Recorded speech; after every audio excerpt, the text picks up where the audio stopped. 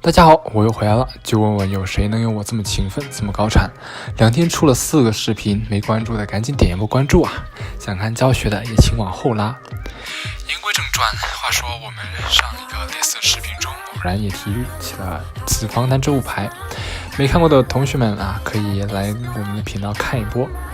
没想到没过多久之后，真的悄然无声的上线了。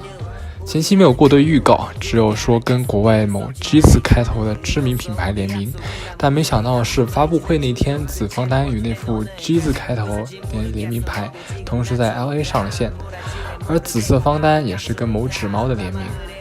上一年推出了好几款联名，已经是不得了了，而今年一开始便同时推出了2款，我的钱包真的是但其实从其他方面来说，这也是件好事，证明花切已经开始从一个很小的圈子慢慢扩大了。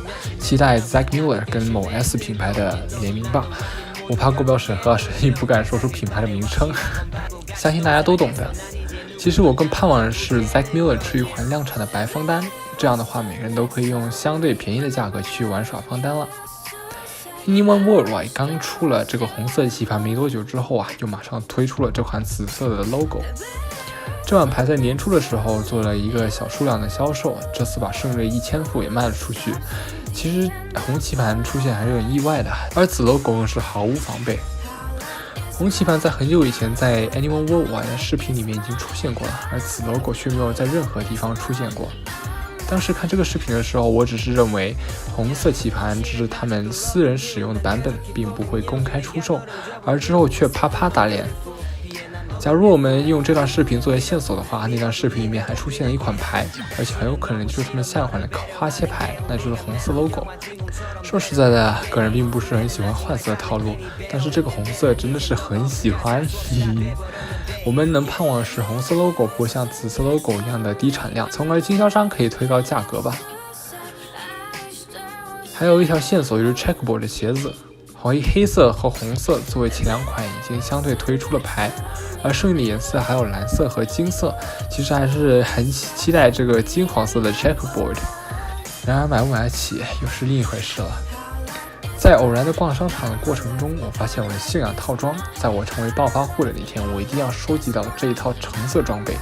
这身衣服配上这条裤子，还有这双鞋子，手上再抓副 checkerboard， 我一定会成为众人目光的焦点。回头率肯定是999.99999啊，简直无敌！好了，别逼那么多，让我们开始教学吧。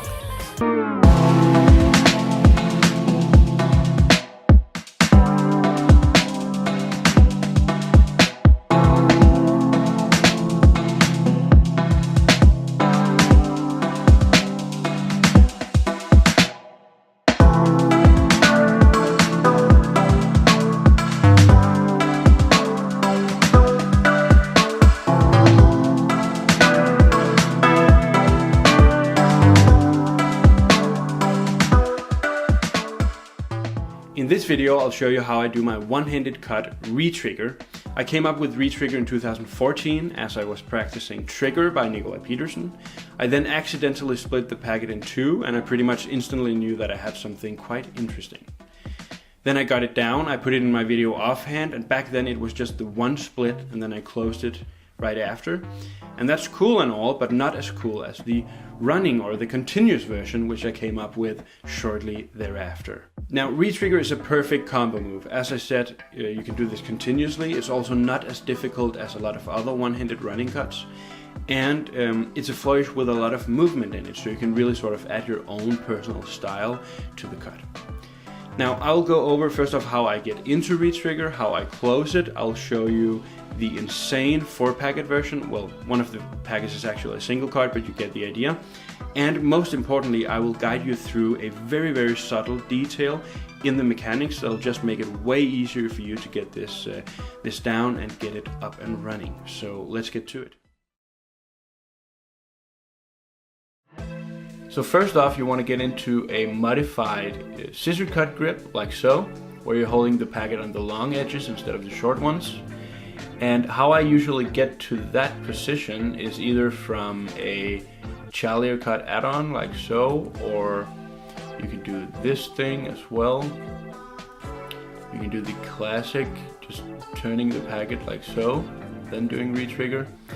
But what I do the most is actually sort of a modified revolution cut technique, where you split the packet, middle finger goes out of the way, index finger goes down here towards the center of the long edge, because it's pretty important later on that you're holding the packet that you're gonna split right in the center of the long edges.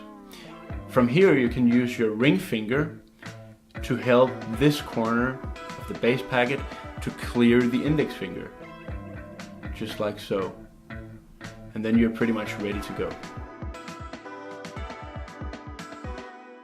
So from here you want to let the base packet fall a bit deeper into the palm, or into these 3 fingers that are holding it. And then look at my thumb and middle finger. They're basically gonna move towards each other and touch, just like so. So once again, get to here. Base packet goes a bit deeper into the palm, and thumb and middle finger moves towards each other and connects. So this is where it gets a little bit more tricky, because now you're gonna split this packet in 2. And how do you do that? You're basically gonna transfer part of the control that you have using your thumb. You're gonna transfer the bottom part, a small portion of this packet from the bottom onto the middle finger. It's gonna be the long edge here, and it's gonna be held right underneath the first joint of your middle finger. So let's take a look. As you can see, the thumb and middle finger are just barely touching each other. Now you're gonna push in with the index finger a little bit, so that the middle finger can take over a small part of this packet from the bottom on the long edge. And then you're gonna push the middle finger and thumb towards each other even more, and that is gonna split off a small packet back here in the opposite direction of where that packet is going in a second. And this is the most important part of retrigger, of the mechanics, because it will just make it way easier for you to get this down and for you to get this fast. So once again, because this is really important, you're gonna your middle and thumb is gonna connect a small part of this packet from the bottom is gonna be held between the middle and the index finger, and then you're gonna push these 2 fingers towards each other even more, and that will, as I said before, make a small portion of this packet being split off in the opposite direction, in this direction. So once again, just like that, you see that?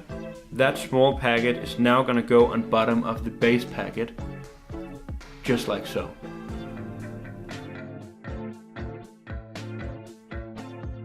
So you've now split the packet in 2, and now this small packet is going to go on bottom of the base packet. And how you do that is by moving the index finger towards yourself just a little bit, and the index finger is going to go to the long edge of the base packet, so that the smaller packet can align on bottom. Now the thumb is going to open up, and actually your whole hand is going to open up just a little bit. So look at my index finger and thumb. Index finger is moving towards myself, thumb is opening up, and the index finger is making sure that the split off packet goes on bottom of the base packet and stays aligned.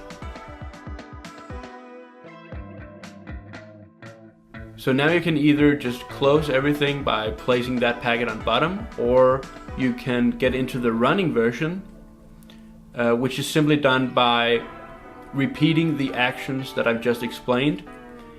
And it's a good idea to split off smaller packets. That way you can keep going.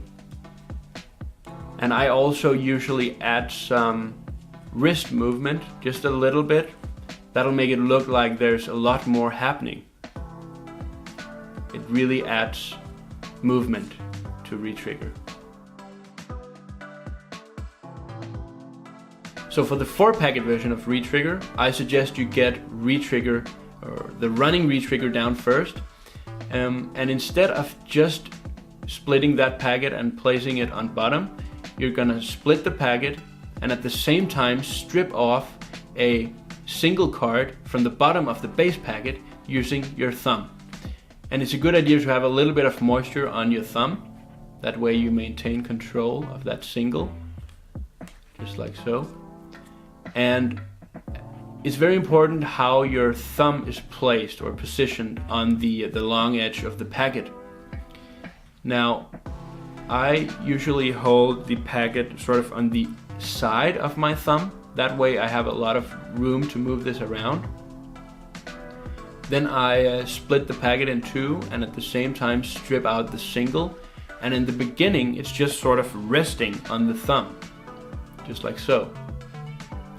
Then as soon as this packet gets placed on bottom of the base packet, the single gets clipped between the thumb, because I'm changing the grip of my thumb, so it's going to get clipped between the thumb and the long edge of this packet.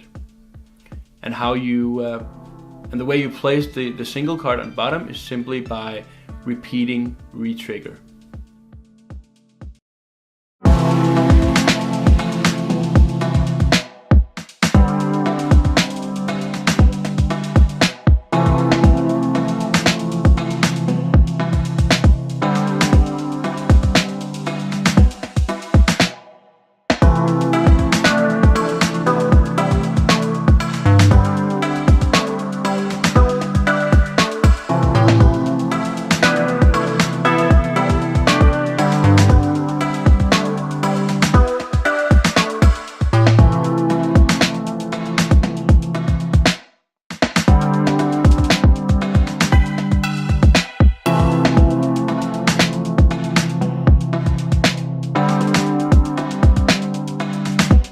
第1月突破了100粉丝，我们也是很开心，衷心的感谢大家的支持。在此立下3个小目标吧。第一，就是在未来3个月内突破500粉丝；第二，就是能做到真正意义上的周更；第三，就是能把视频的长度尽量提升到5至10分钟。毕竟现在的视频有点太简短了，但同时时间不能做太长，因为我还是很讨厌又长又臭的教学的。感谢大家收看，我们下周见。